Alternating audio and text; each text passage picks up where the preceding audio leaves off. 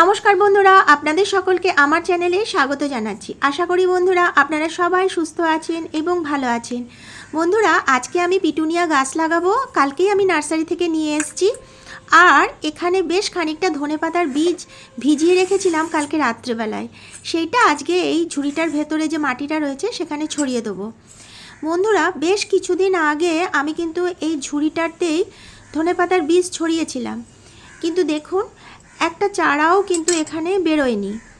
সেবার যখন আমি ধনেপাতার বীজটা ছড়িয়েছিলাম, আমি কিন্তু রাত্রেবেলা জলের মধ্যে ভিজিয়েও রেখেছিলাম। তখন কিন্তু আমি একবার শিলের নোড়াতে ধনেপাতার বীজটাকে একটু ফাটিয়েও নিয়েছিলাম, কিন্তু এইবার আর আমি কিছু টাটাইনি, গোটাই আমি একদম ভিজিয়ে রেখেছি। দেখুন একটা আলু গাছও হয়েছে। কেন বলুন তো? যেহেতু আমি এটা কিচেন কম্পোস্ট দিয়ে তৈরি করেছিলাম, তো কোনোভাবে হয়তো একটা আলুর চোকা ছিল, তো সেটা থেকে দেখুন একটা কি সুন্দর চারা বেরিয়ে গেছে। আলু তো হবে না বন্ধুরা, এইটুকু শিওর, কিন্তু শাক আমি খেতে পারবো।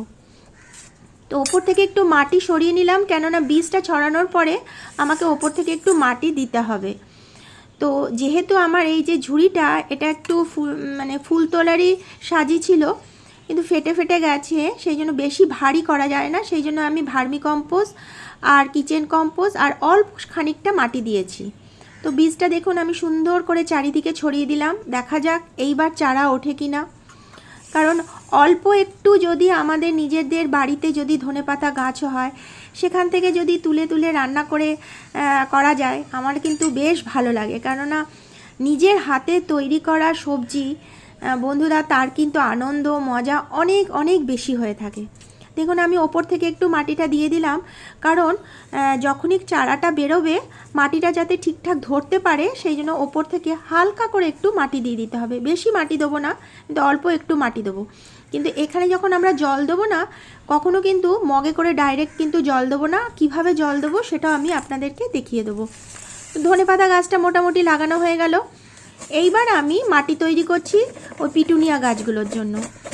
এই টবটার ভেতরে আমার নয়নতারা ফুল ছিল, টব না সরি, এটা একটা গ্রো ব্যাগ। এই গ্রো ব্যাগের ভেতরে আমার নয়নতারা গাছটা ছিল। নয়নতারা গাছটা মরে গেছে।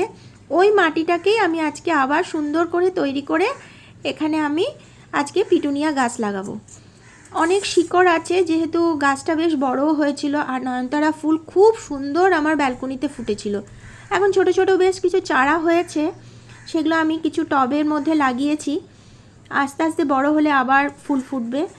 তো এখানে অল্প একটু আমি গোবর সার দিয়ে দিলাম, আর একটু ডিমের খোলাও ছিল, সেটাও মিশিয়ে দিলাম। খুব নর্মালভাবে কিন্তু বন্ধুরা আমি মাটি তৈরি করি।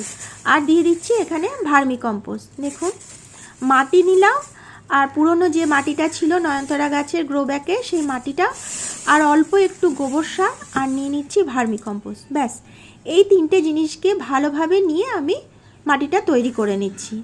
আর যে সমস্ত শিকড় টিকড়গুলো ছিল সেগুলো আমি একটু ফেলে দিয়েছি, পরিষ্কার করে নিয়েছি। মাটিটা দেখুন একদম ঝুরঝুরে, একদম শুকনো রয়েছে মাটিটা। আমার তৈরি হয়ে গেছে। দেখুন ভালোভাবে আমি মিশিয়ে নিলাম। আমি যেহেতু ব্যালকনিতে মাটিতেই করি, সেই জন্য সবসময় আমাকে পরিষ্কার রাখতে হয়।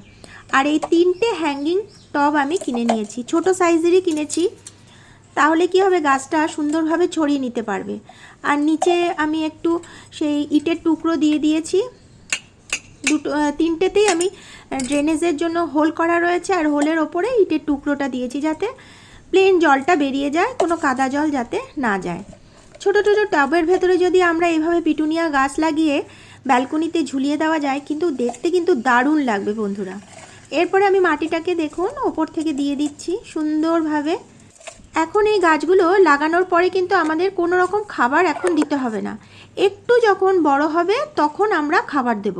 এখন এইভাবেই থাকবে, শুধু জল দেব, কিন্তু জলটাও কিন্তু আমাদের একটু বুঝে দেখে শুনে দিতে হবে, কারণ চারাটা খুব ছোট, তো কোনোভাবে যাতে শিকড়টা পচে না যায়, সেই জন্য সেইভাবে আমাদেরকে জল দিতে হবে।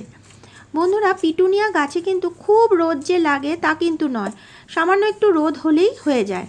আর আমার এই ব্যালকনিতে শীতকালে পূর্ব দিকে একটু রোদ আসছে, পশ্চিম দিক থেকে তো একদমই রোদ আসছে না।